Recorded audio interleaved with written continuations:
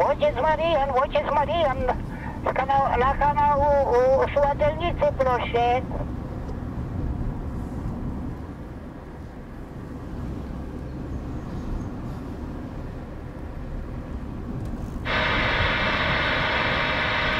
Nie, ksiądz, ja się spowiadała nie byda, bo ja że już e-mailem się posłała, bo podobno w radiu podsłuchują.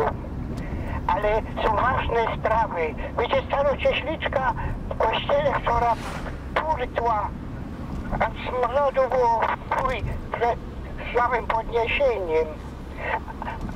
A Jork i Gędek baby posłały na wodę do sanatorium, a tam jest bardzo że się ciekawo, za co one tam pojechały. No, a oni się jakiś kumpli skruzili i tam się pierunie richtuje okropno balanga. To by mógł się ksiądz tym zainteresować. A jeszcze taką inną rzecz.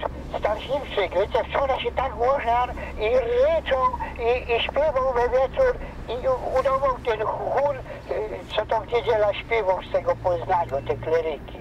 No to by były takie najważniejsze wiadomości. Jak zaś się coś dowiem, to zaś powiem. Szczęść Boże.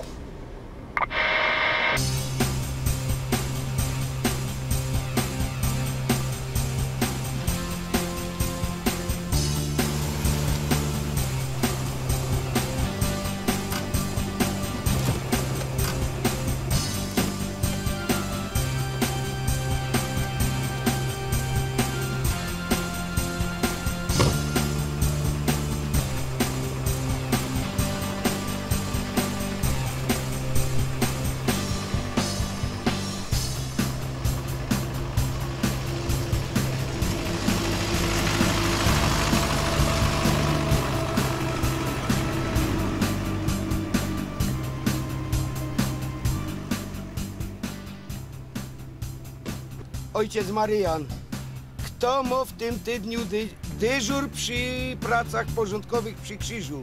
Przy krzyżu mają drewnioki ten tydzień. Drewnioki?